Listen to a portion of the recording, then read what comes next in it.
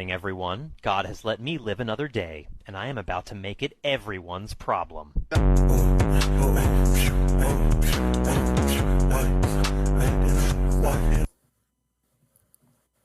Well, what a difference 48 hours makes, guys. Hey, how you doing out there, Fire Fam? Welcome to the Tuesday edition of Burn It Down with Kim Brown. This is the safe space where we set oppression ablaze because we understand that it is outright necessary that the current systems of oppression be replaced with more equitable systems in which everybody can have all the things that they are in need of, entitled to, and can live their human lives with the highest form of dignity and respect. And I think it's really important, guys, that we have a very nuanced conversation about the slap that has been heard around the world. And it's amazing to me, like, y'all, this story has got so many legs.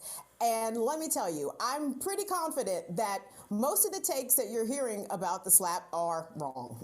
let me just keep it a buck. Let me just kick this door open real quick, because what we saw on display at the Oscars, the incident involving, starting with Chris Rock, we saw a violent attack on a black woman who, from all intents and purposes, was sitting there minding her business.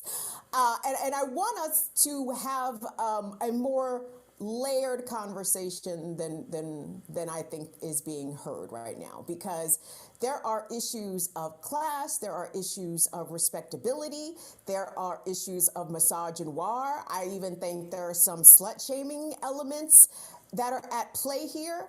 And I think it's important that we have, like I said, a very nuanced discussion about these things. But I will say this, for people who are saying that, oh man, this is such a distraction, there's bigger shit to talk about. There is bigger shit to talk about. And we will talk about that, by the way, because the violence is great out here, especially among the state.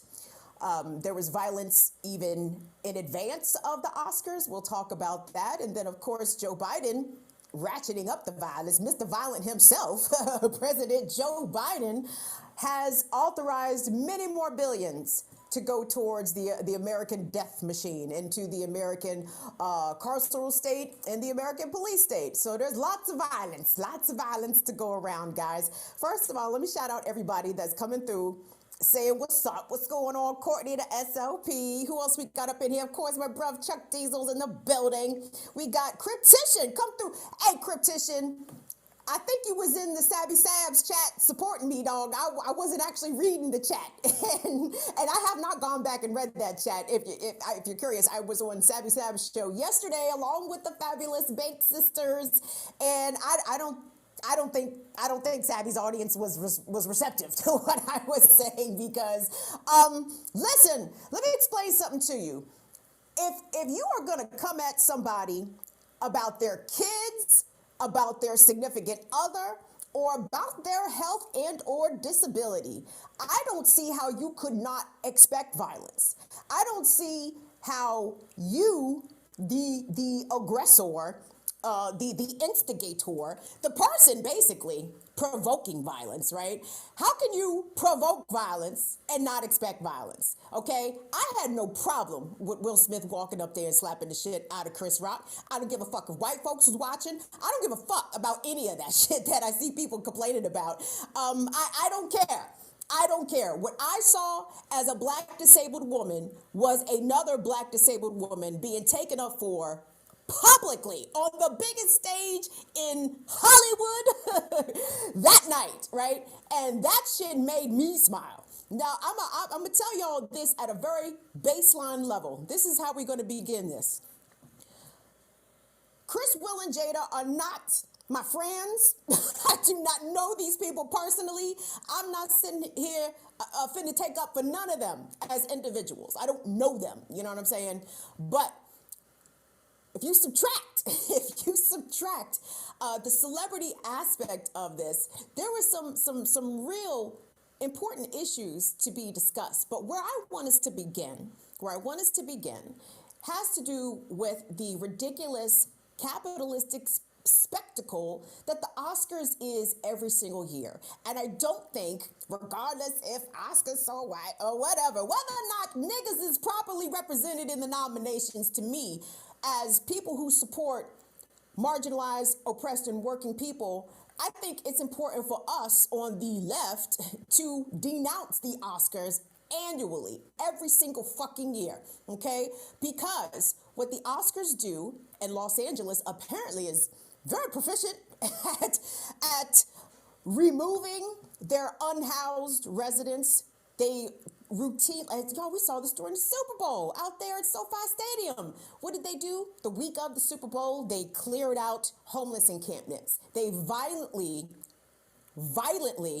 removed unhoused people, violently threw away their belongings, and callously, cruelly, just relocated people without offering them proper services, right? So the issue of unhoused folks in Los Angeles and really across the country, but let's stick with LA for now. That shit don't ever go away. They just move these people from here to there, here to there, here to there. And at the end of the day, so long as the undesirables are out of view of the elites, that's all that really fucking matters. And I'd like for us to begin right there, actually. And by the way, last night there was a labor action. What? Y'all talk about that? Did y'all talk? Oh, shout out again to the Bank Sisters, because they're the ones who told me about the shit about the labor action last night. And that is kind of where I want us. Actually, hold on. I have so much to get to. Let me reset and focus. Okay. Tunde, if you could for me, let's pop up A2. So I want us to point out the just in very cursory ways, but I think we can do this efficiently, okay? So the Academy Motion Pictures, okay? They sent a tweet the night of, or the day after, rather, of the slap. And they lead off with the Academy does not condone violence of any form, okay?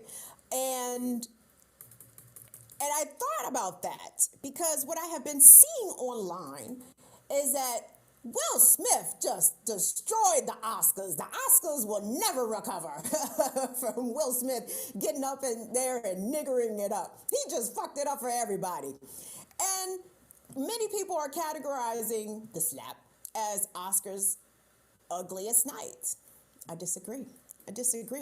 In fact, the Academy Awards have had several uglier nights, more ugly than I think what we saw happen Sunday night.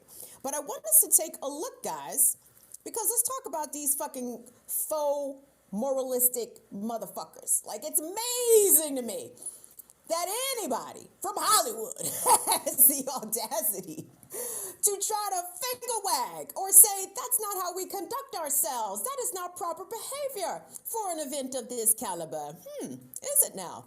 So there's precedent for this. So let me shout out to Northern Witch. Northern Witch helped me turn on to this, and Northern Witch was turned on to this by the many indigenous folks online who were rightly pointing out the fact that, in fact, one of the Academy's most beloved figures indeed threatened physical violence, had to be restrained from committing physical violence against an indigenous woman because she said something that he didn't like. Okay, so if you think that Will Smith was the ugliest moment at the Oscars, I beg to differ. Let's rock with that A3 Tunde. So what we're going to see here, let's go back. Let's go back. Some of y'all might remember the 1973 Oscars. I know we got some OGs in here, y'all. And the night of the Oscars, 1973. Ooh, that Best Actor category was stacked, baby. It was, they even threw my man, Paul Winfield, in there. He was nominated for Sounder. Peter O'Toole was nominated. But the eventual winner of the Best Actor Award for the Oscars in 1973 was Marlon Brando for The Godfather. Well, Marlon Brando, being a G amongst Gs, one of the radical whites, shout out to Marlon Brando, Anyway, I'm gonna leave Marlon Brando alone, but I think Marlon Brando qualifies as a radical white. Let me go to the chat just to see if y'all agree. Radical, certainly for his time and for his profession, but to protest the Oscars for reasons that we're about to see. And I'm really hoping that many of you are not familiar with this incident, because when I became familiar with it, I was like, oh, this is a horse of a different color now, isn't it? So I want you guys to take a look. And what we're about to see is Marlon Brando, actually not going to be featured, but Marlon Brando, in his place in the 1973 Oscars, sent an Apache woman by the name of Sachi Littlefeather. And Sachi Littlefeather got up there with the poise, the grace, the undimmed flame, but she spoke softly and carried a very big stick. And she was met with jeers, boos, derision, mockery. And at the end of the clip, we're going to see a very short clip from the documentary about Sachi Littlefeather, and it's called Sachi Breaking the Silence. And she's going to give us a cursory, very brief but powerful explanation as to what was happening when she walked off stage after accepting Marlon Brando's Best Actor Academy Award. Let's take a look, guys. That stage by some armed guards, and luckily so, because John Wayne was waiting in the wings ready to go on to pull me off the stage, and he had to be held back by 6 security men because he was so outraged. Yeah. Did you guys know that? Did you know that John Wayne, Hollywood icon of Westerns. Westerns is a very loaded genre in itself, right? Did you know that John Wayne threatened physical violence against a woman for acknowledging, number one, the ongoing siege that was happening in real time in 1973 at Wounded Knee, and for calling out the fucked up way that indigenous people have been represented on screen in Hollywood and on television, okay? And John Wayne wanted to fuck her up for that, okay? And I actually went back and looked at a clip of the Dick Cavett show. I didn't pull the clip because Marlon Brando kind of talks like me. Long pauses. And I was like, Jesus Christ, come on, sir. Let's pick this up a little bit. But anyway, Marlon Brando was on Dick Cavett, and he was actually talking about this specific incident. And Dick Cavett very, very casually hand-waved away what John Wayne did. And they didn't discuss it explicitly, but Dick Cavett referenced it a number of times. He said, and it seemed as though John Wayne was trying to form a posse. That's not funny.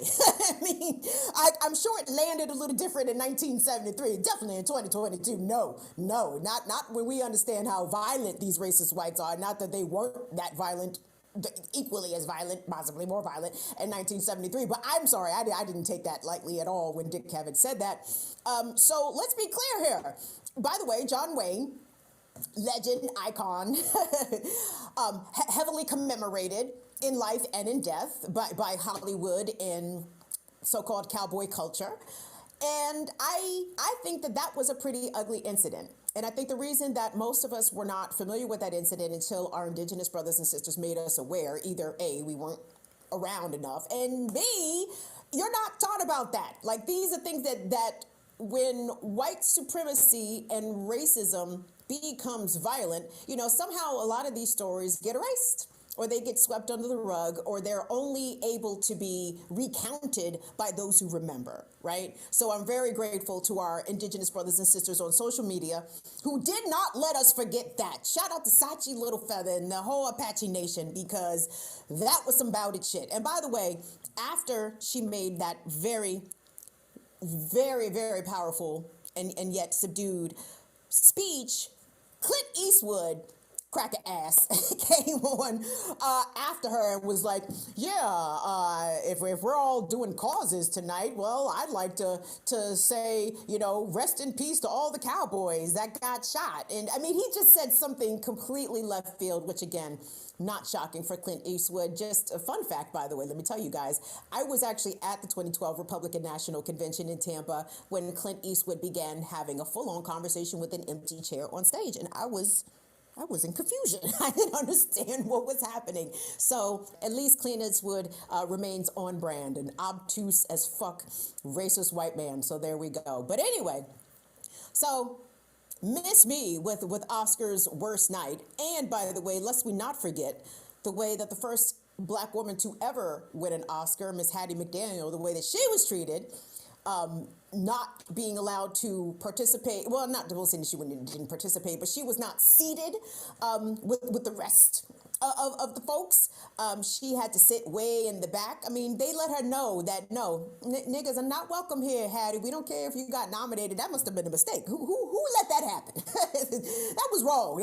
Somebody made an error here. But yeah, so the Oscars are replete not only with misogynistic moments, an example there, but the Academy itself has honored a number of flat out sexual abusers, predators, rapists, pedophiles, and this is not a short list, okay? Like, I'm sure if the archivist felt so inclined, they could probably come up with many more names outside of Roman Polanski, Harvey Weinstein, and Woody Allen, right? But those are the very three notable names. So there's that. The other part of the Oscars, well, really, we shouldn't be giving a fuck about the Oscars because, and see, Bagheera and them said that they don't give a fuck about the Oscars. Pop up A4 if you could for me, Tunde. So what I want you guys, this is from last year, actually, and I want you guys to be clear about this. Actually, tell you what, Tunde, because the dogs are barking and they're being assholes, let's switch up A4. Let's go with A5. So I want to talk about the labor action that happened last night. We're going to get back to the violent removal of, and this happens every single fucking year in Los Angeles and in Hollywood, where homeless people who live either near the Dolby or they live near downtown LA, where the Union Station is where I think the Oscars were held last year. I mean, the sweeps there have been very violent, but like I said, my dogs are being assholes right now and they're barking. So I want us to cut to some video so I can go tell them to shut the fuck up. But so shout out to the Bank Sisters. Yes, shout out to the Bank Sisters. Guys, if you guys are not already subscribed to Courtney and Keisha's channel, please go subscribe to the Bank Sisters. I like them quite a bit. I actually want to ask them, well, fuck it, we here now. I mean, I think possibly we could be some distant kin because they are from Central Virginia. There's some coloring similarities, and I have Bankses in my family. So, but I have not had the opportunity to ask them specifically, are we kin? But we could possibly be kin. That's another sidebar as well. But Courtney and Keisha were talking about this last night, okay? The Unite Here Local 11 chapter, they were out there in front of the Chateau Marmont, which is a very posh, exclusive, very well-known Hollywood fixture in which the celebrities, the A-listers, come out every year after the Oscars and go turn up, or whatever the fuck they do. Can you imagine, by the way, you're wearing, anyway, maybe I'll say this after the clip, but there is no solidarity with workers among the elites, even among black elites. And I think that is definitely worth noting. But I wanted to take a look, and this was shot by local journalist, A Cat with News, at A Cat with News, is an LA-based journalist, and he has a name, and I'll tell you the name after we come back from the clip. But let me just give my proper attribution for that. So what we're going to see begin is they're going to speak with Maria Hernandez, who is from the Unite Here Local 11, and she begins by explaining the boycott, and then we're going to see some footage of picketers yelling at Saweetie. Now I can't tell you. Now Auntie cannot tell you. I can't tell you what Sweetie sang. Gen X, do y'all remember when the rap first came out? And you talk to your parents about rap. Well, what does MC Hammer sing? I don't know what Saweetie sings. I don't know what she sings. I know she's popular, so yeah. But yeah, these people started yelling at her, and that was that. So let's take a look at this clip again, shot by a cat with news.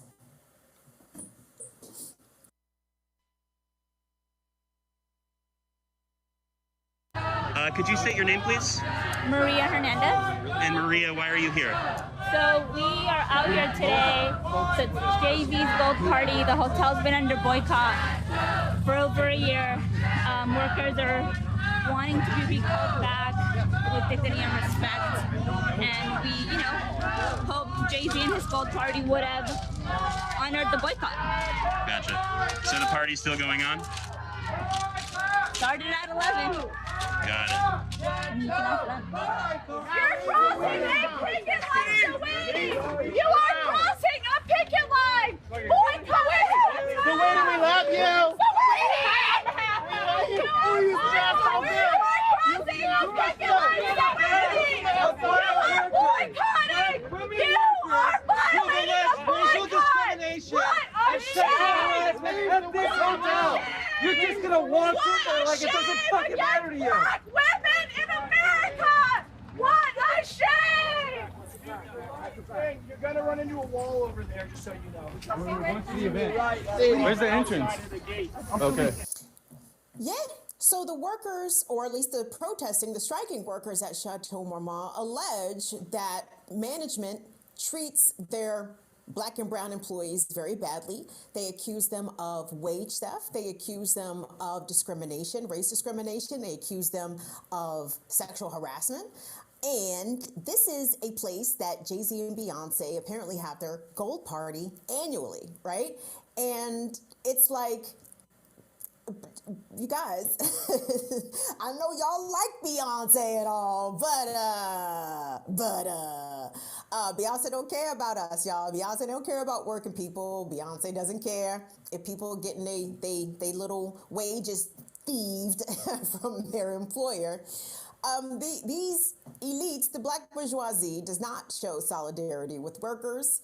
And I have to say, see, this is where representation can lead you astray. Because I was watching that clip, and I'm not gonna lie, I felt a kind of way, that white girl yelling at Saweetie like that.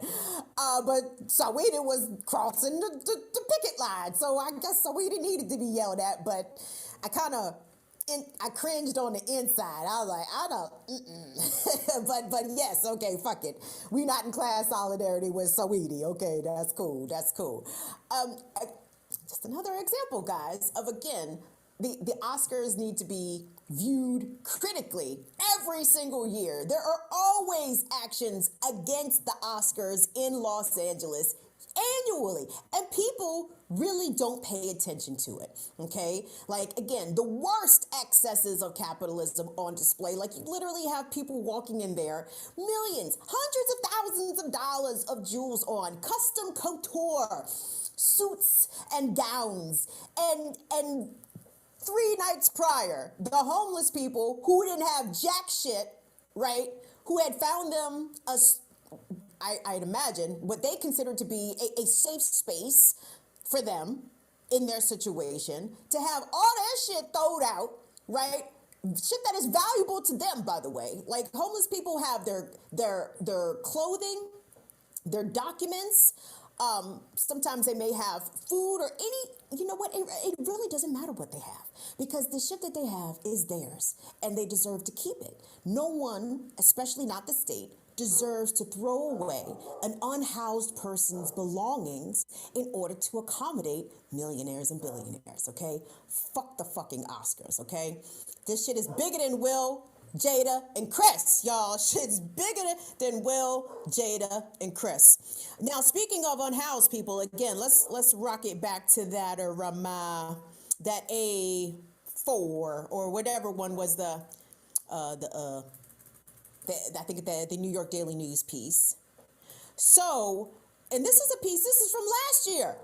The Daily News reported upon this. I didn't see too many stories about this year's homeless sweeps, which I thought was interesting.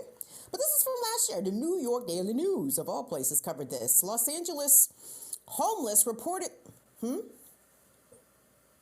Oh, it's the Post. Did I say the Daily News? I'm sorry. Thank you for that correction, Tunde. Yes, it is the Post. And I think you guys could understand how I could get the Post and the Daily News confused, right? Because they are about the same Bamas, are they not? And this is routine, guys. The Los Angeles Police Department, the Los Angeles Sheriff's deputies. Oh, by the way, we're going to get into a talk about the Sheriff's deputies a little later on in the show because Alex Villanueva is at it again, targeting one of our homies. We're going to get into that later in the show. But literally, there's a lot of money spent. Police earn a lot of overtime. And so does the Department of Public Works. And people get paid to literally uproot and destroy people's lives, right? And if you're already unhoused, living on the streets, your situation is already tough to begin with. And the last thing you need is to have yourself displaced in order to accommodate Will Smith and fucking Jada Pinkett and fucking Chris Rock and Brad Pitt and all them fucking other elitish ass motherfuckers. Now, this is how I know the Hollywood liberalism is some bullshit, right? Because really, if these motherfuckers was with the shits, they would be out there protesting themselves, the actors, the celebrities, the people who work in Hollywood. They would be protesting this treatment of unhoused people, and clearly they don't care. They go along with the shit. You know what I'm saying? I don't hear, and I'm not going to say that I hear everything, but I don't really hear too many actors, or at least those who would likely be invited to the Oscars. Those are the people, I won't say they count, but their word probably has more sway than the actor who is kind of looking on the outside looking in, trying to figure out how to finagle, an invite or anything like that, or trying to get their career in a position where they couldn't be nominated for an Oscar. Like, that's the problem with Hollywood. Like, that's a lot of social shit gets shut down because these people want to get on, right? And they want to get on and they want to stay on. They want to stay on. Again, that's why I'm kind of fucking with Will Smith at this time. Like, again, it's fuck Will. Will got $300 million. Will ain't Burn It Down with Kim Brown off with a single dollar. So it is fuck Will Smith on principle of the fact that he is my class enemy. But Shody, woo! When I tell y'all, Will Smith put himself in the Black History books. 1 year from now, we on this platform will commemorate what happened Sunday night because Will, I Am Legend, did the most incredible thing on the Oscars that has ever been done. Not the ugliest thing, in my opinion. Incredible. Where else we got to get to? Hold on. So let's see. It's fuck the Oscars because the Oscars support Hollywood, which is an industry that is racist, misogynist, and misogynoirist for show.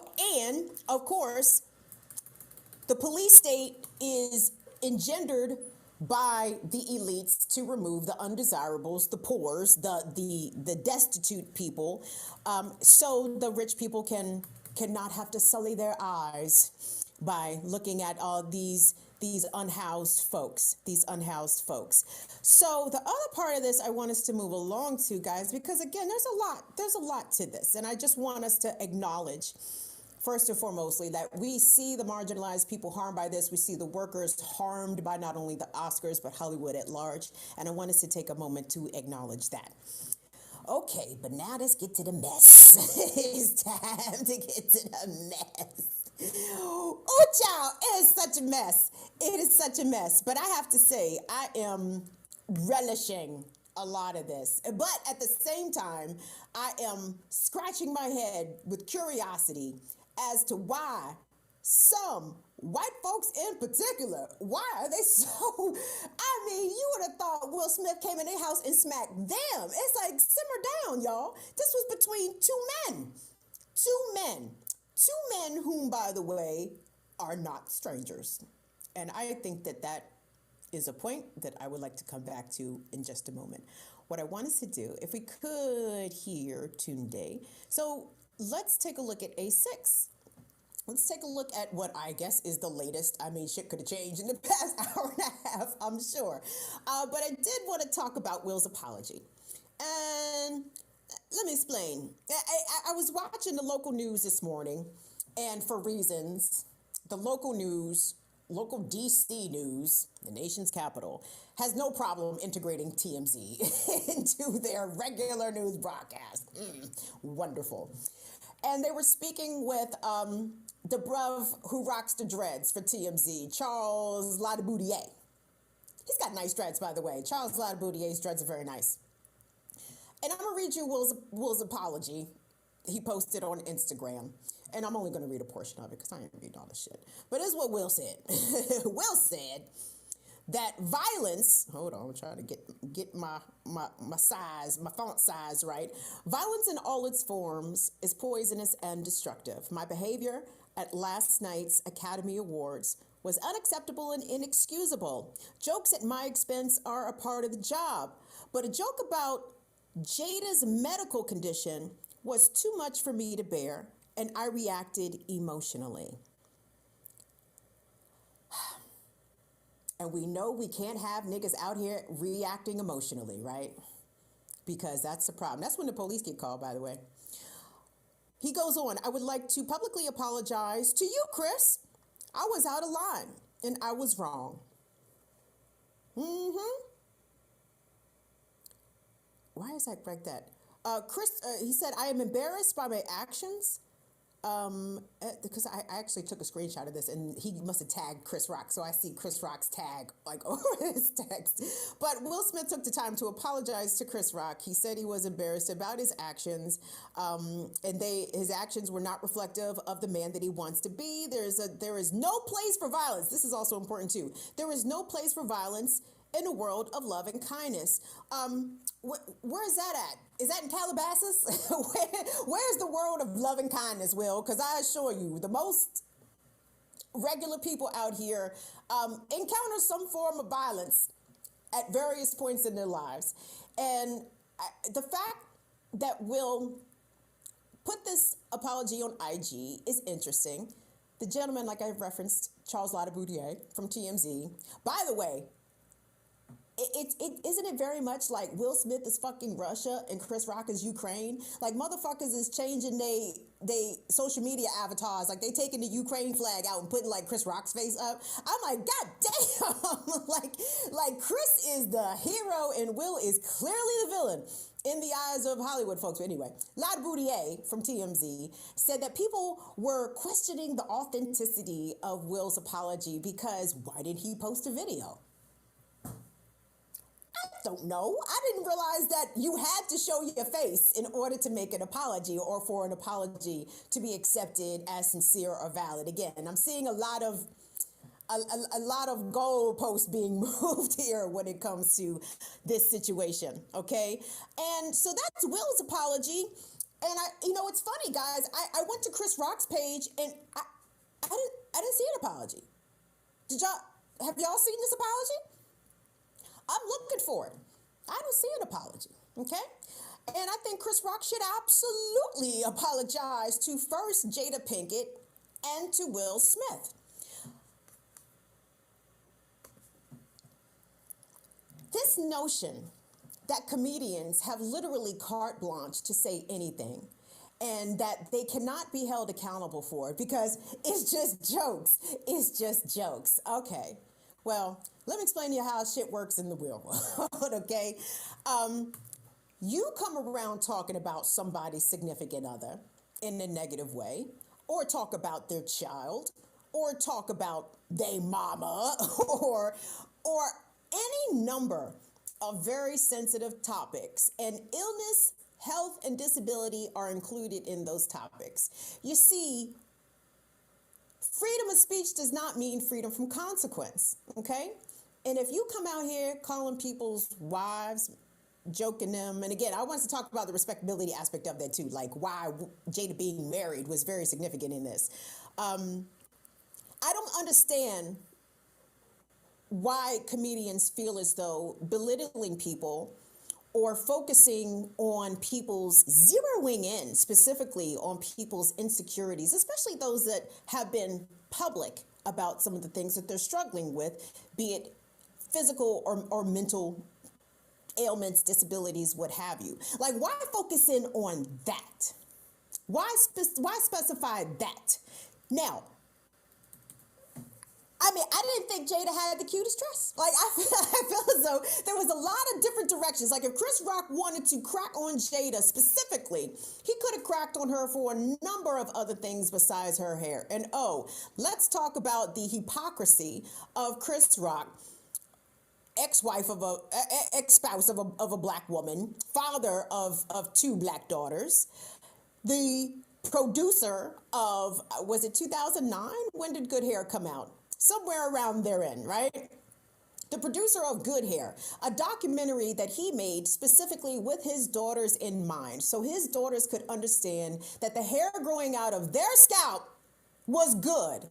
It was not nappy. It was not nothing that needed to be chemically altered or anything like that. And he dissected the politics and even the economics behind black women's hair and the black women's hair care industry. And it was so on brand for a motherfucker like Chris Rock, who will sit around and kiki with Louis C.K. and let Louis C.K. say nigger with the hard R on the end, and Chris just sit here just shucking and jiving with Louis C.K. and Ricky Gervais and Jerry Seinfeld and these. Well, I don't think Ricky Gervais said nigger, by the way, but I think Seinfeld and Louis C.K. was like, ha ha ha. Chris doesn't mind when we say nigger. Oh yes, because Chris is a fucking Sambo ass, coon ass nigga. That's why. And that was reason for him to get smacked long ago. Like, somebody should have been smacked Chris Rock for that shit. Okay. But let's get into the whole, let's see the slap. I mean, fuck it.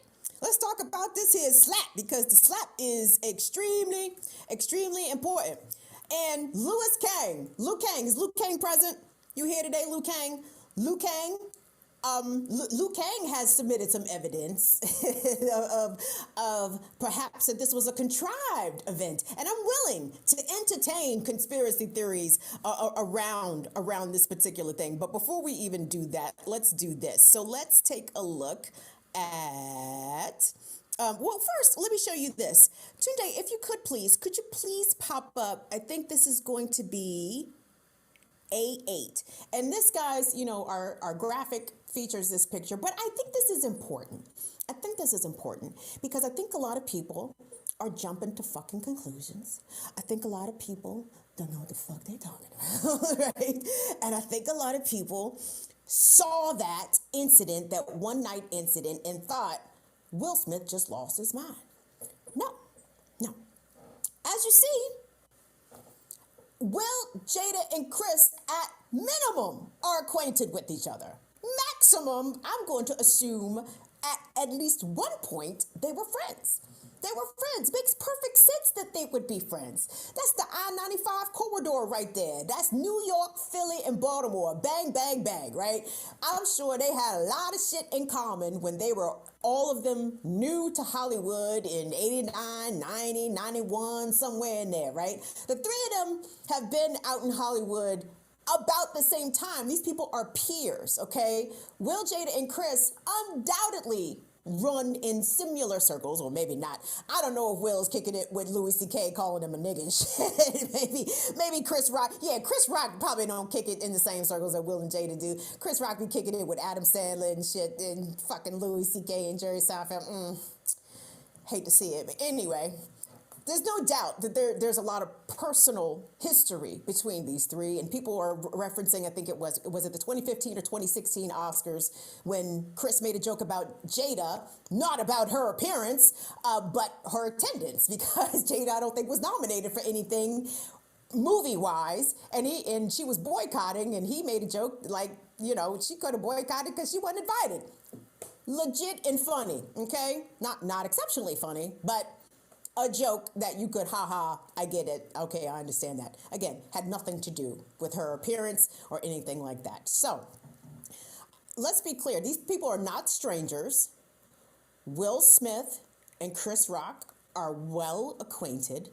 So when Will walked up on Chris, it's not like he was walking up on a nigga he didn't know. You know what I'm saying? I was asked the question, shout out to Savvy Sabs. They asked me the question last night, do I think that Will would have hit a white comic?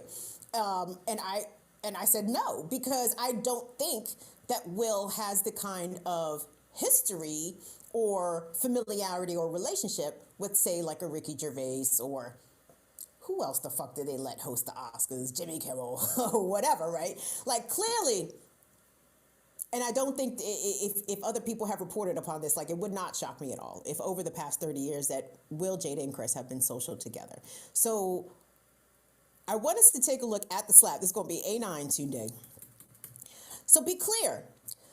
So Will Smith got up on that stage in less than 10 seconds. Gang, and this is how I read that, okay? To me, this was not an impulsive thing. I have the really strong feeling that Will Smith had given some sort of prior warning to Chris Rock. Maybe not on that day, but at some point in the past. I don't know if it was a month ago, last year, 2 years, 5 years ago. But I have a very strong feeling that Will Smith told him that if you say something else slick about my wife, I'm going to slap the shit out you. Okay? And Chris, as we are beginning to learn, that the joke that he made about Jada's hair and G.I. Jane was not part of the script, that was not written in. That's something that Chris decided to do on his own in the moment. And I feel as though Chris was really trying to push Will and Jada's buttons. He didn't think that Will Smith was going to walk up there and slap the shit out of him. But I feel as though Will was making good on a promise where he had promised Chris Rock that I'm going to slap the shit out you. And he was just delivering on that promise. So let's take a look at the slap.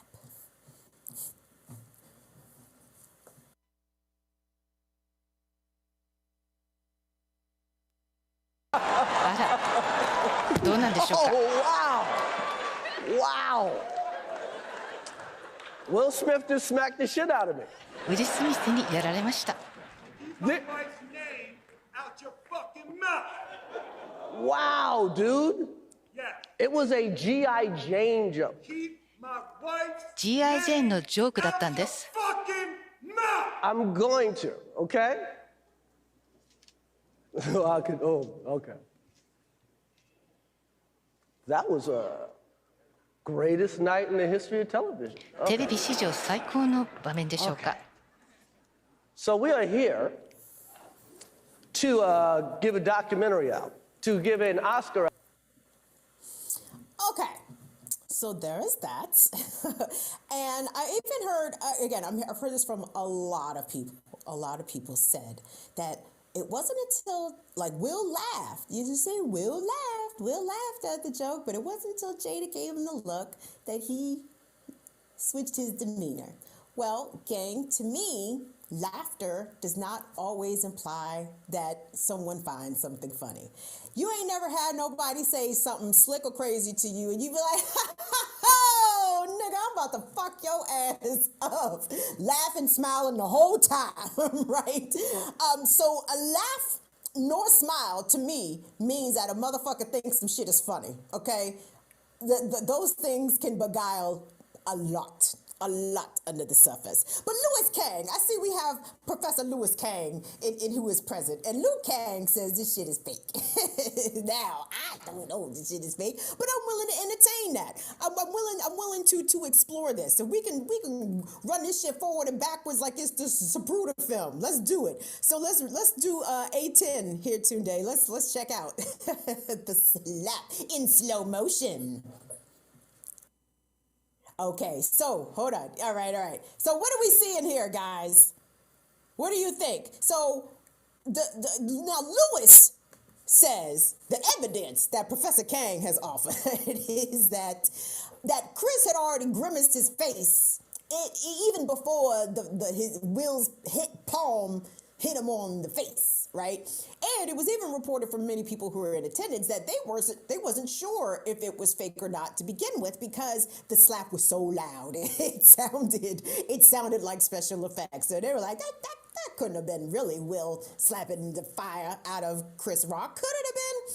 Could it have been? Could it have been? Now, I've seen other people say that Will committed with the right? And when he came in, he rotated his hips. Now, if you're a boxer or if you play baseball, right, you understand like how important that hip rotation is to get the full force of the power of the.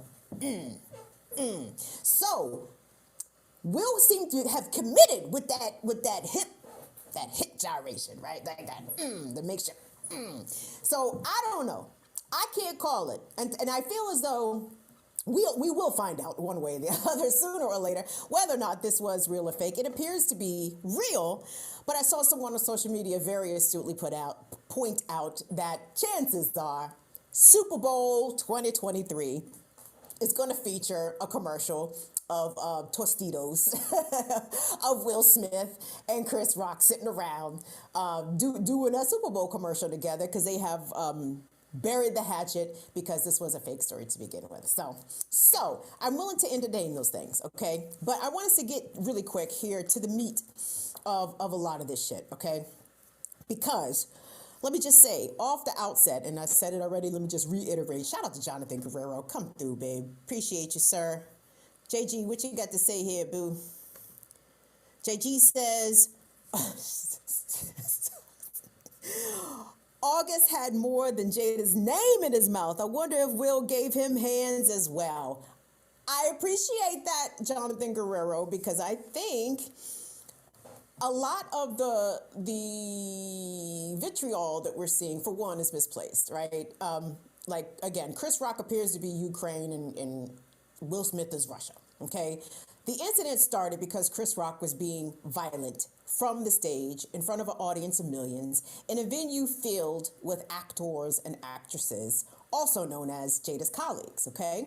Now, again, I'm okay with cracking on people's gear. I mean, that's probably kind of classist of me too. And maybe the reason I am okay with it, because people used to crack on my gear when I was of, Jonin age, so to speak. But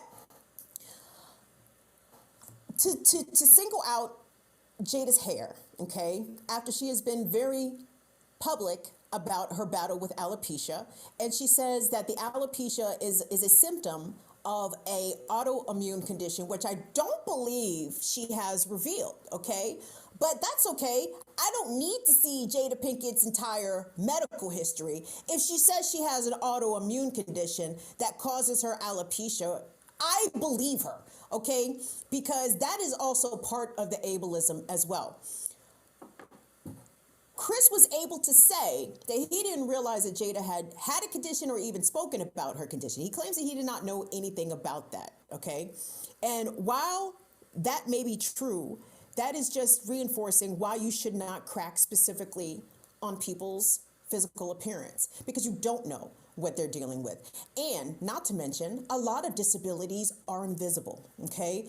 You can't always look at someone and tell they have a physical disability or a mental disability. That doesn't make them any less disabled. It just is that non-acknowledgement that there are invisible disabilities just goes towards the pervasiveness of ableism in our country, in our society, basically in the world, but we're sticking with America right now, okay?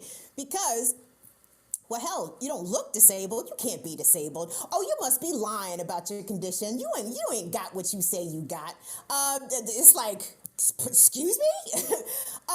We need to be offended when people are referencing or even thinking about referencing people's disability or their health condition. So, the part about where do we have the Chadwick Boseman clip, Tunde? I'm sorry, I'm overlooking it. Oh, I see it. It's A7. Yeah, let's cue up A7. Y'all, Chadwick Boseman died of colon cancer at age 43. And Chadwick Boseman, in the last months of his life, did not disclose that he was battling cancer. But when Chadwick would post pictures or videos of himself on social media in the last months of his life, sometimes, or a lot of times, he ended up deleting them. Why did he delete these pictures, you ask? As he's trying to document, I suppose, the waiting days and weeks of his time on this planet. Why would he delete videos? Well, because people did not know he was suffering from cancer and would get under his comments and ridicule his appearance. Ask him why he looks so gaunt. Why you look so skinny, man? What you doing over there, man? What's wrong with you, dog? You're not looking too great over there.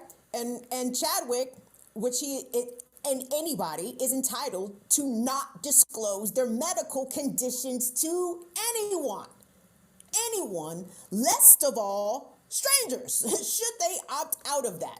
Let's take a look at this video, y'all. Chadwick passed away, was it August or September of 2020? This video is from April of 2020. And if you try to go find this video on Chadwick Boseman's Instagram page, you're not going to find it because he deleted it because he got bullied and dragged so hard because he had the audacity to be dying of cancer and not look camera ready enough for a bunch of judgmental fucking assholes on the internet. Let's take a look at that, please. It's April 15th. It's Jackie Robinson Day. That's right, it's still Jackie Robinson Day. I can't think of a better time to remember my hero, and he's the hero of many of you out there, than this time that we're in, this pandemic. I can't think of a better way to commemorate everything that he was about than to announce the partnership between Tolco and Figs. You know, Figs is one of the companies that's the designer and manufacturer of modern medical apparel. And Tolco is basically my friend Thomas Toll, who, through the company Legendary, produced 42. The late Chadwick Boseman there, in his final days and weeks, guys, Chadwick Boseman was trying to do something to better help those who are working on the front lines of the pandemic, trying to raise money for masks and PPE. That's what Chadwick Boseman was doing in his last days. And you know what a bunch of fucking assholes on the internet was doing as Chadwick Boseman was trying to go out on a high note, doing some good work? Motherfuckers was dragging his appearance, okay? And that is where we need to talk about comedy, guys. Because just because you are a comedian does not give you the right to be a bullying, demeaning piece of shit. There is nothing edgy or groundbreaking about literally belittling people. And if we have not evolved in our sensibilities about what is funny and what is not funny. Now, I have evidence that we have evolved some, because you don't hear "you so black, blah, blah, blah, blah, you blacker than midnight, you blacker than the bottom of my shoe." Like, those jokes don't fly no more. Fat jokes shouldn't be flying, and I hear them markedly less than I did, right? Your mama's bald-headed joke. First of all, your mama jokes. I mean, like, stop that. Or cracking on people's hair, lack of hair, etc., hair texture. Look at that, all that nappy. Why you got, I mean, like, thankfully, some of those mean-spirited jokes along those specific veins, I hope we left them shits in 20th century, okay? But this entitlement that comedians think that from their platform that they can, you know, I'm trying not to say punch down, right? I'm trying not to say punch down. But they don't, I see very few comics, let me put it this way. It's very easy and lazy to look in the audience and start picking people's appearances apart, right? As opposed to being thought-provoking or cutting edge in the sense that you are challenging power. Or fuck it, if you joke your fucking self, man. Like, don't pick apart people's appearances. why don't you pick yourself apart? I'm a big fan of self-deprecating humor, you know, especially comics like that are very good at that. I'm with that. You know what I'm saying? But you have to understand that just because you're a comedian, that does not give you a shield of protection from being slapped. And I think that if you are using, and again, this is a very specific instance with Will, Jada, and Chris, because again, I feel as though there's history there, and there's shit that was said prior to Sunday night's Oscars that Chris Rock was fully aware that Will Smith would be about that action. And Chris Rock decided to be provocateur and got fucking slapped in the mouth in front of everybody. By the way, let me ask y'all a question. Would y'all to let somebody slap you on national television and let his ass walk comfortably back to his seat and sit down? Yes, again, there goes the black bourgeoisie element of it as well. The reason why Will Smith was not escorted out of there in handcuffs is because he is Will Smith. He has $300 million in the bank, and he has a decades-long career in Hollywood. So that had earned him a certain modicum of privilege. And Chris Rock also, in his privilege, said that he did not want to press charges against Will Smith, which I'm sure, y'all, what happened? Why have white people been losing their entire minds behind this? Anyway, I don't know if I have time to get into that. But I want, like, getting back to the violence, the violencia, the violence. Chris Rock started that shit, okay? He could have kept his fucking mouth shut. If you talk about people's health conditions or their disabilities, I would like to say that I would like for this to have set a precedent, okay? But I understand that disabled people and black women are particularly unprotected. They remain unprotected, right? So that's part of the reason why this moment got me so excited personally. Because again, me and Jada, we are not in class solidarity, okay? I understand that Jada is a multi-millionaire, very wealthy, da-da-da-da-da. By the way, Jada does send money back to Baltimore City. She do. I can't run it back to you specifically what she does, but I am aware of Jada Pinkett's philanthropic endeavors in Baltimore. But that don't even make a difference because her and Will sitting on $300 million, and that is $299 million too much for them to have. But there was the way that some of this has reflected back upon Jada. Like, people are saying that, oh, well, Will is so insecure about her infidelity. Well, from what I'm able to ascertain about their relationship, of which they are very public about, that is how they get down, okay? Ain't no secrets. They claim they don't have an open marriage, cool, but they don't have a traditional one, okay? That is very clear. And so there's a lot of people projecting, like, oh, Will, he thought that was August Alsina up there slapping. It's like, y'all, I know if we are listening and if they are to be believed, they are okay with the other stepping out, okay?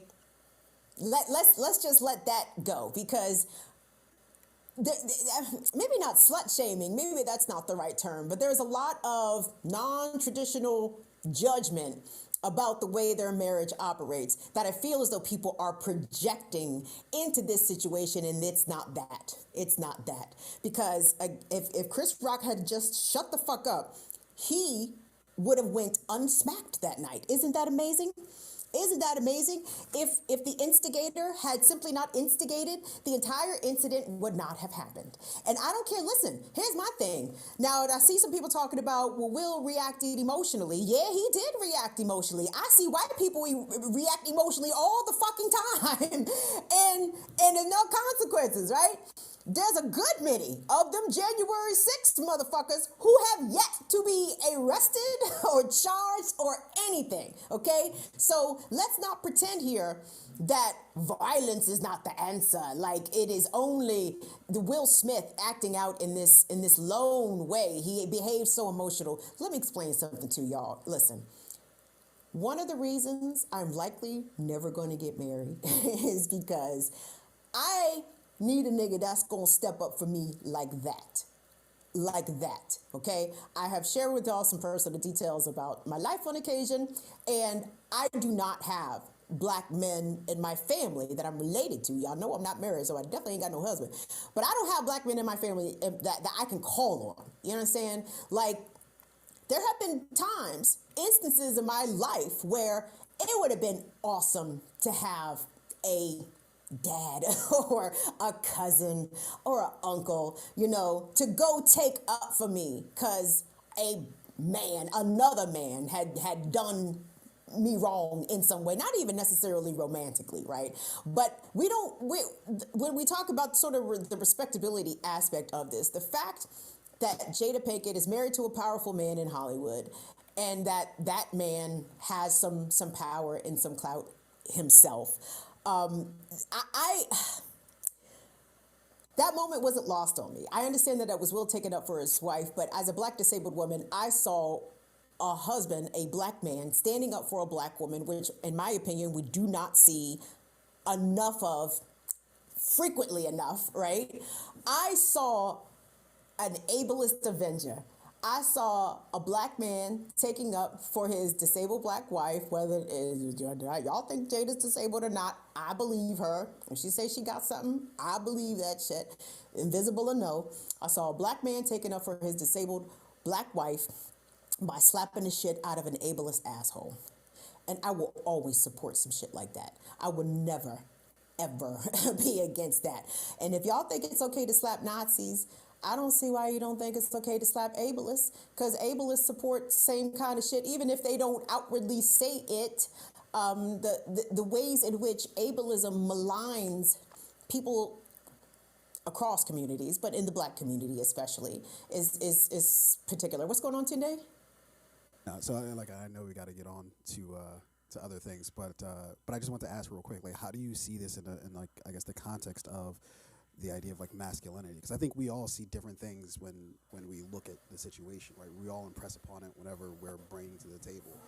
So I get exactly where you're coming from, but I think what I saw was somebody who, for a moment, lost his composure enough to, like, walk on stage and slap Chris, and however everybody feels about that, clearly, taking Jada out of it for a second, Will himself is going through something to decide to do that. And I think that, like, as I was watching that, what it reminded me of is a lot of people that I grew up with who, at the drop of a hat, you say anything about them, anything about their family, and they're throwing hands, But that ended up getting them in a lot of trouble, some of them worse, And so I don't necessarily, because Will and Chris, they're going to be fine, right? Like, they're rich, they're successful, they're going to be all right.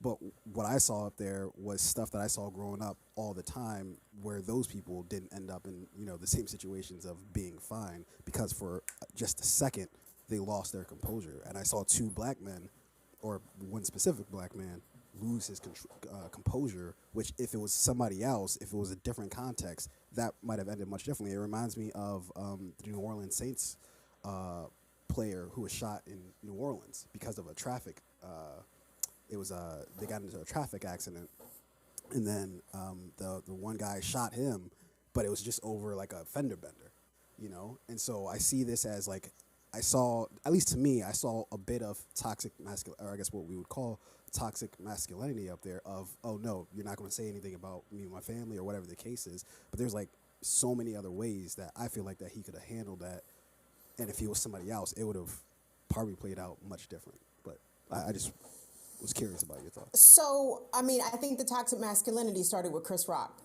Chris Rock took a moment to highlight a physical attribute of a Black woman that he was acquainted with, right? He knew her.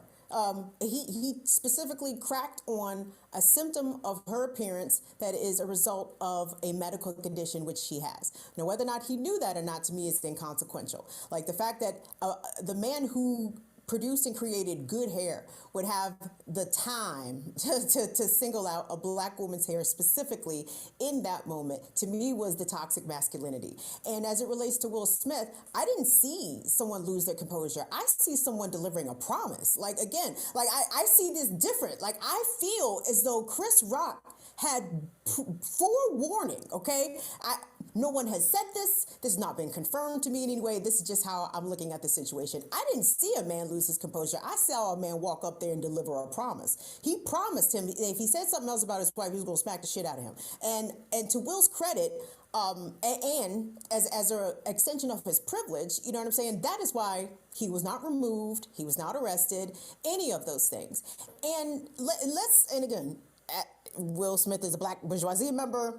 We are not in class solidarity at all. But let's keep it a buck here. Like, Will Smith has tried to be on the right side of, Hollywood ever since he got there. Like, Will Smith has gone out of his way to be uncontroversial, to be sort of the cool black guy who's just shy of race neutral, right? But you know, he can, but y'all motherfuckers better come on, you know what I'm saying? Like, he can do that good enough for the white folks, right? But white people like Will Smith for a reason. Will Smith is very palatable to mainstream white audiences. So the reason that he was even able to maintain a multi-decades long career, relatively unblemished until recently in Hollywood, is because Will Smith is the kind of guy that white people like, and he is not the kind of guy to just walk off and slap people for no reason.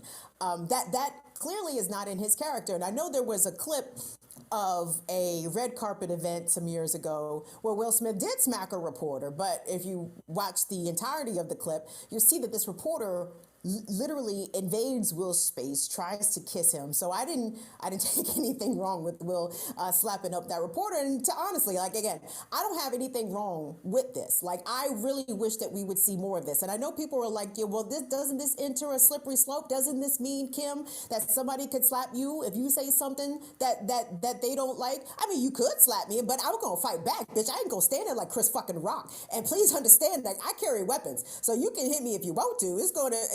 I assure you, that's not going to be the only hit, okay? That's not going to be the only hit. We will be fighting. I don't know what the fuck Chris Rock was on, and when I see Kamau Franklin tomorrow on the Remix Border Show, but ask him, bro, what the fuck is up with Brooklyn? I didn't know Brooklyn was for standing on stages and getting slapped in the teeth and not saying nothing, dog. Like, what's going on? Brooklyn kind of went out a little sad on the Oscars. But speaking of violence, guys, and I'm going to move this along because, but we need to talk about this because, again, we are not ignoramuses. We can talk about multiple topics at the same time. I don't look at the slap to me as a distraction. To me, I look at it as an opportunity to discuss misogynoir, ableism, and the delusion that comics remain under, that they can say anything the fuck they want, be it bullying, belittling people, or whatever, without consequence. No, comedy needs to fucking evolve. Like, comedy needs a fucking a system update. And any comic that is talking about, well, this is the end of comedy, bitch, you wasn't that funny to fucking begin with, okay? Because if the only way you can get laughs is to zero in and specifically make jokes about people's physical appearance or their health condition, right? Then you're not that good of a comic. I hate to break it to you. But talk about some funny shit, y'all. State violence is greater than the slap, right? And let's be clear here. The state violence is prevalent in the United States. And the United States loves to spread that violence around the world, baby. Make no mistake about it. The U.S. gonna drop bombs somewhere, many places across the globe today. Be sure about that. But let's start in New York, actually. We're going to do B1 Tunde. So, violence. Let's talk about it. Here in the Northeast, we have been experiencing unseasonably cool temperatures, guys. Last night here in D.C., the temperature got down to 25 degrees.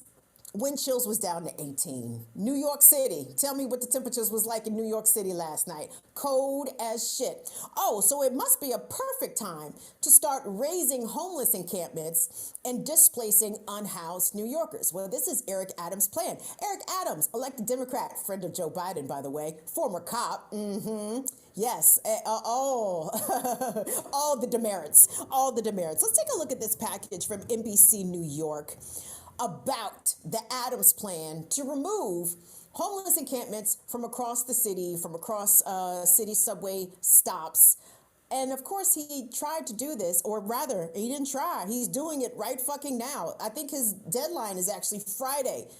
Adams has imposed a deadline for the city to clear these encampments by Friday. Did I mention it was cold as shit last night? Let's take a look at this clip from NBC New York. Today I can't be here. Tomorrow I can't be there. Bill has been living on the streets for several years and says his cart of belongings was just cleared out by city workers last week. That makes me feel violated. I mean, that's my property. And he's on guard once again because Saturday, Mayor Eric Adams announced an initiative to dismantle homeless encampments across the city. Right now, people are living in inhumane conditions. The mayor says after giving 24 to 48-hour notice, encampments will be taken down and vouchers will be given for personal items. Teams will then connect homeless New Yorkers to shelters and services. Yes, we want them in shelters. The shelters are extremely safer for people who are homeless. I'd rather be here, yes. I just need a safe environment, and the shelters is not it. One time they put me in a safe haven. That was great. That was terrific. And after 1 month of the mayor's subway safety plan, City Hall says outreach teams engaged with more than 650 people in need daily. 312 people accepted services. Officers have also given out more than 6,800 transit summonses and made 719 arrests. The Coalition for the Homeless was against the subway safety plan. And now with this homeless encampment initiative, the policy director says if the mayor wants to actually help homeless people, then he should open up thousands of safe haven and stabilization rooms, not take away the little protection that they have out here on the streets. 700 arrests, right? That's exactly what unhoused people need. They need to be criminalized for their poverty. They need to be sent to where? And again, I'm just making an assumption here, but I mean, if you get arrested in New York, where you go to Rikers, don't you? Oh, Rikers, where people keep dying behind that Rikers wall with frequency, with regularity because of the inhumane conditions there. Listen.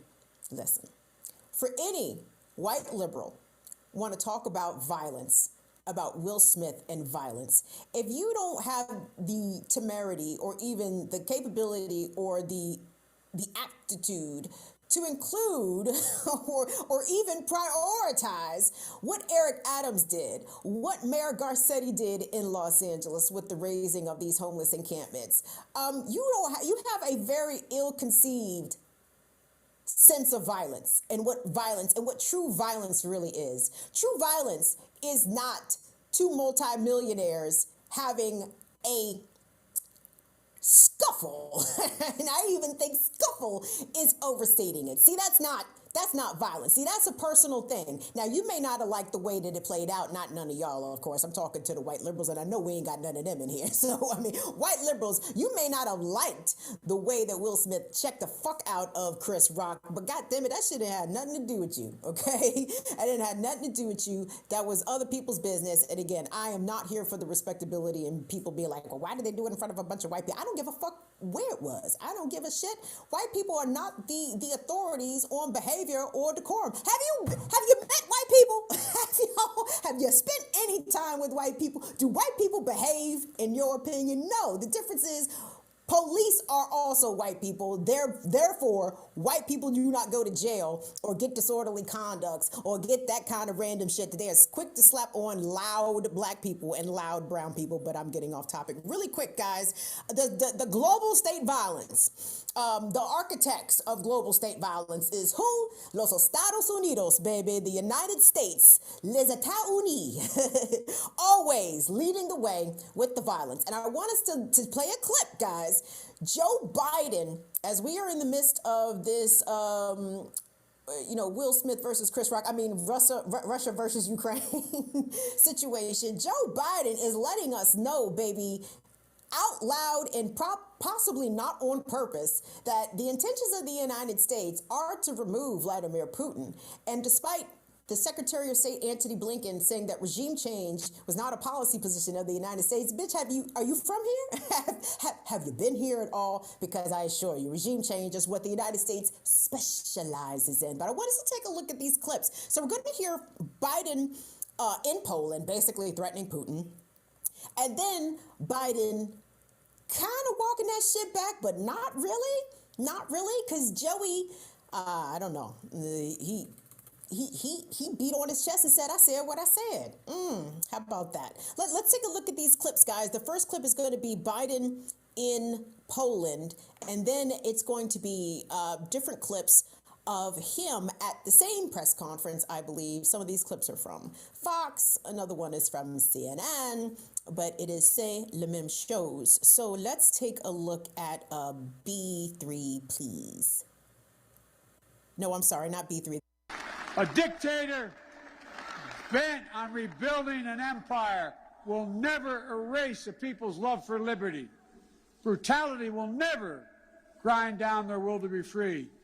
Ukraine will never be a victory for Russia, for free people refused to live in a world of hopelessness and darkness. We will have a different future, a brighter future, rooted in democracy and principles, hope and light, of decency and dignity, of freedom and possibilities. For God's sake, this man cannot remain in power. What you said, thank you, sir. Do you believe what you said, that Putin can't remain in power? Or do you now regret saying that because your government has been trying to walk that back? Did your words complicate matters? Well, you asked 3 different questions. I'll answer them all. Number 1, I'm not walking anything back. The fact of the matter is I was expressing the moral outrage I felt toward the way Putin is dealing in the actions of this man. Just brutality of it. Half the children in Ukraine. I just come from being with those families. But I want to make it clear. I wasn't then, nor am I now, articulating a policy change. I was expressing the moral outrage that I feel, and I make no apologies for it. Personal feelings, sir. Your personal feelings? My personal feelings. Do you understand why people would believe you, as someone commanding one of the largest nuclear arsenals in the world, saying someone cannot remain in power is a statement of U.S. policy? And also, are you concerned about propaganda use of those remarks by the Russians? No and no. Tell me why. You have so much experience. You are the leader of this country. Because it's ridiculous. Nobody believes we're going to take down. I was talking about taking down Putin. Nobody believes that. Number 1. Number 2, what have I been talking about since this all began? The only war that's worse than one intended is one that's unintended. The last thing I want to do is engage in a land war or a nuclear war with Russia. That's not part of it. I was expressing my outrage at the behavior of this man. It's outrageous. It's outrageous. And it's more an aspiration than anything. He shouldn't be in power. People like this shouldn't be ruling countries, but they do. The fact they do, but doesn't mean I can't express my outrage about it.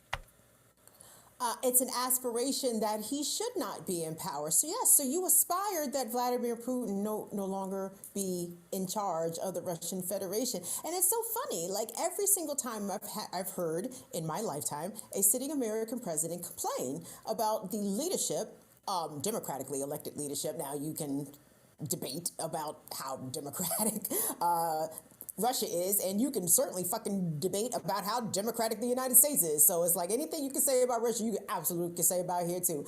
But let's see, when they was talking about Saddam Hussein, let's see, Fidel, motherfucking Hugo. Oh, dog, they wanted Hugo out of there so bad. They wanted Hugo Chavez out of Venezuela so fucking bad.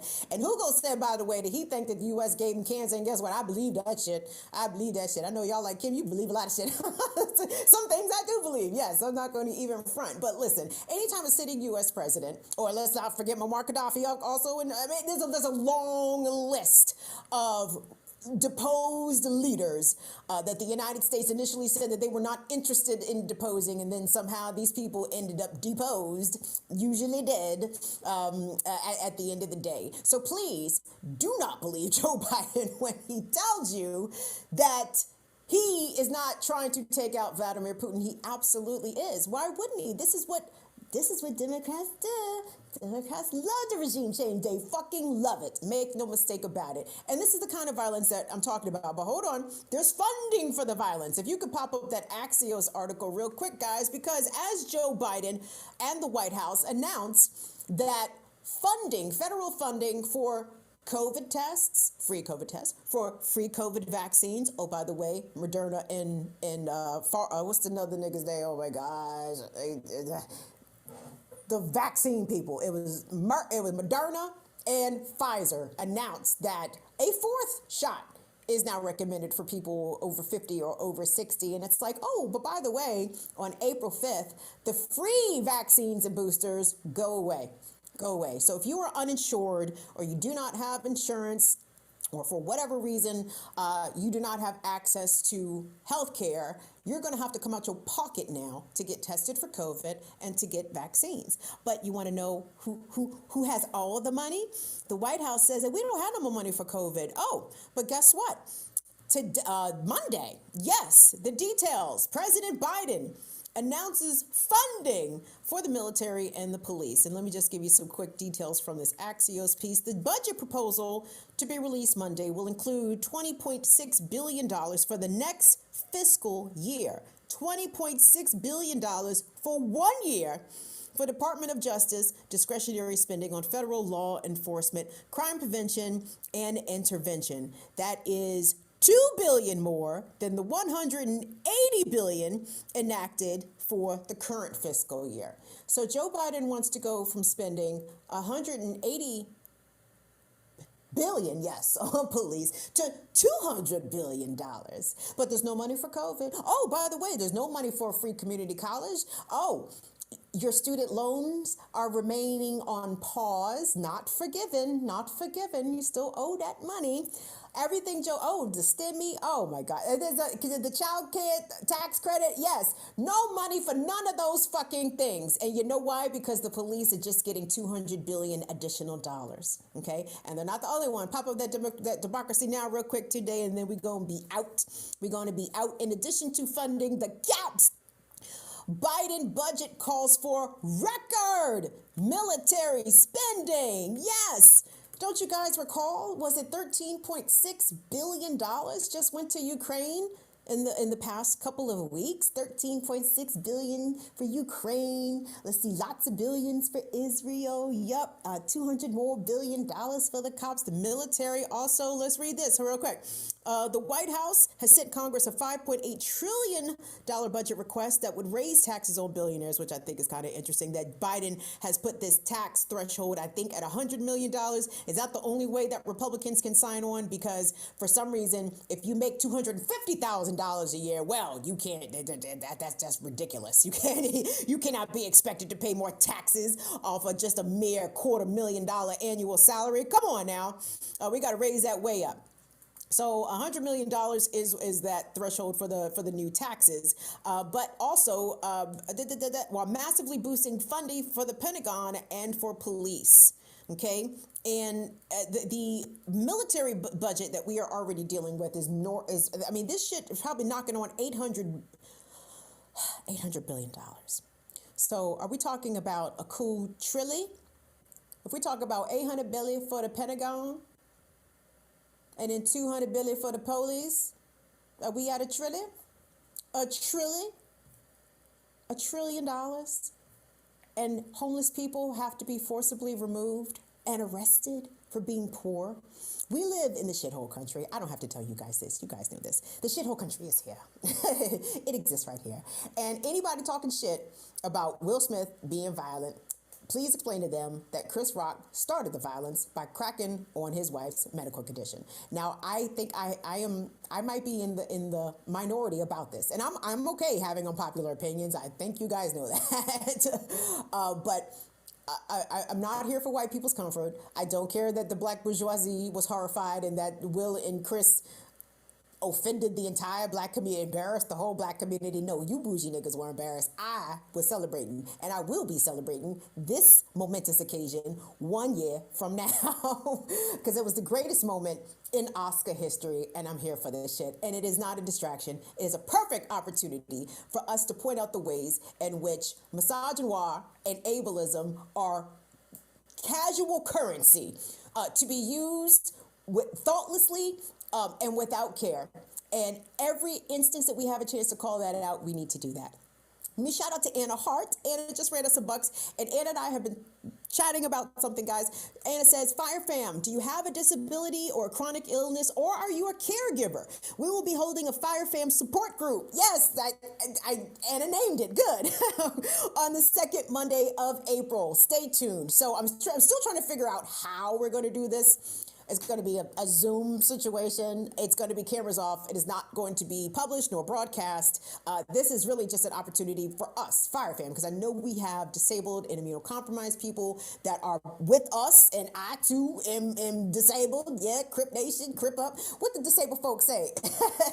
Crip down? I'm not sure what it is, but they call themselves Crips, and I dig that. So anyway, stay tuned for the details about that. We're going to let you know about that. And shout out to Shirley and shout out to Afraid Not. What's up, Dawn? You guys sent us some super chats last week, and last week, and I don't think I acknowledged it. So I want to thank you guys for your super chat support. Shout out to Patrick S on Facebook, who also cashed out us some bucks. So did Courtney. So did Latif, and so I think it was Kevin. Kevin might have cashed up some bucks. So gang, we certainly appreciate all of your support. We appreciate all of your support so much for keeping the channel and the platform going. We're really trying to do a good job over here as best we can. So we finna sign off, but just real quick, y'all, there's no more money for COVID test or vaccine. So it is every man, woman, and non-binary person for themselves. Oh shit, this is the last week of fucking March. There you go, patrons. We got the Ask Me Anything this Friday. And if you would like to have access to the Ask Me Anything, this is something that we do exclusively for our patrons. Hey, sign up. Come be down with the cool kids. Patreon.com/BIDWKB. You can get in, really, on the low for $2 a month. Super cheap. But for our higher tiers, we actually have some merch offerings. So if you got some bread, I'm so sorry I cannot recount our tiers to you and what the merch offerings are at a given tier. But if you go to patreon.com/BIDWKB, you can easily see that for yourselves. And we got some cool t-shirts, we got hoodies, we got coffee mugs, we got all kinds of cool stuff. So if you want to join us on Patreon and be part of our AMA this Friday, you should absolutely do that. Guys, BA2, the subvariant of Omicron, is out here jumping on people, and the government is not going to tell you in advance. So you better do what you need to do in order to protect yourself and your family and your community right fucking now, okay? On behalf of Tunde and Molly, thank you guys so much. I will see y'all tomorrow morning on the Remix Morning Show, Black Power Media. Thank you guys. See y'all later.